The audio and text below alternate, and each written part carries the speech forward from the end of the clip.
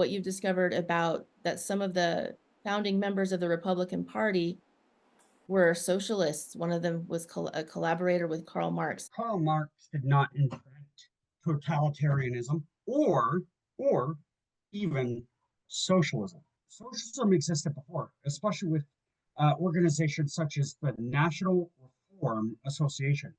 Frederick Engels actually cites the National Reform Association. I'll tell you about the National Reform Association. So it's from 18, it was founded in 1844. The National Reform Association espoused many socialist ideals. I know that they were heavily into taking away private property and allowing a central authority to dictate the needs of the community and how all that property should be handled. I've done enough research to be able to say that they advocated for redistribution of wealth and things like that. Okay, so there was a communist named Horace Greeley. Horace Greeley met with a man named Alvan Bolvay in 1852. These two met in 1852 to discuss the idea of forming a party called Republican. And then they brought in some others. And in 1854, there was a committee of 5 people that met in Wisconsin. Okay. So that's where the Republican Party was founded in 1854.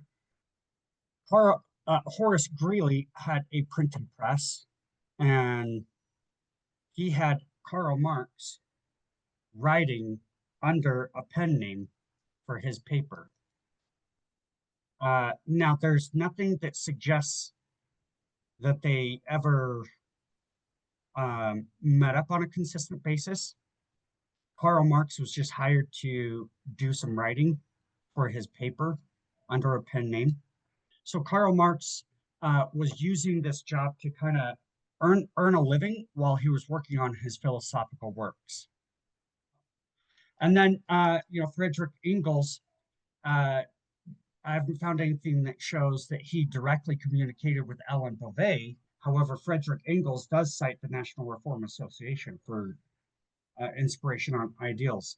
Can you think of any innocuous reason why Horace Greeley and this other guy that you mentioned, who were founders of the Republican Party, why would they have been praised by Friedrich Engels, renowned communist, and why would they have invited Karl Marx to print in that publication? Can you think of any innocuous reason, just to play devil's advocate? So if I'm devil's advocate, I'm going to say, okay, well, maybe they just saw, that Karl Marx. So Horace Greeley, who owned the press, maybe just saw his talent for writing, and he just, he needed a writer for his paper. He saw his talent, and they didn't get too much into politics, and he was just like, all right, whatever, you do your thing, I'm just going to hire you right under a pen name.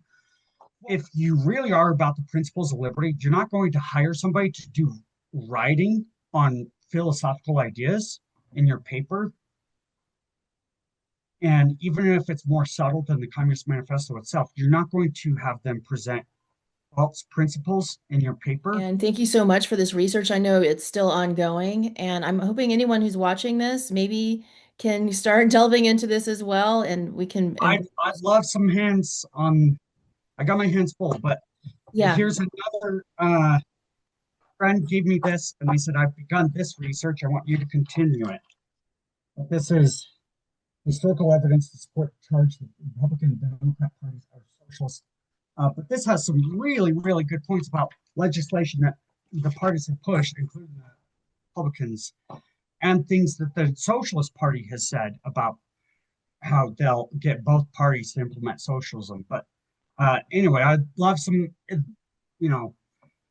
this is very, very early stages of research. Thank you. Yeah, and that's exactly, there are some people that this revelation, it's going to be a revelation to them, and people can delve in further and dig up hopefully more details, more evidence of what really is going on, what has happened.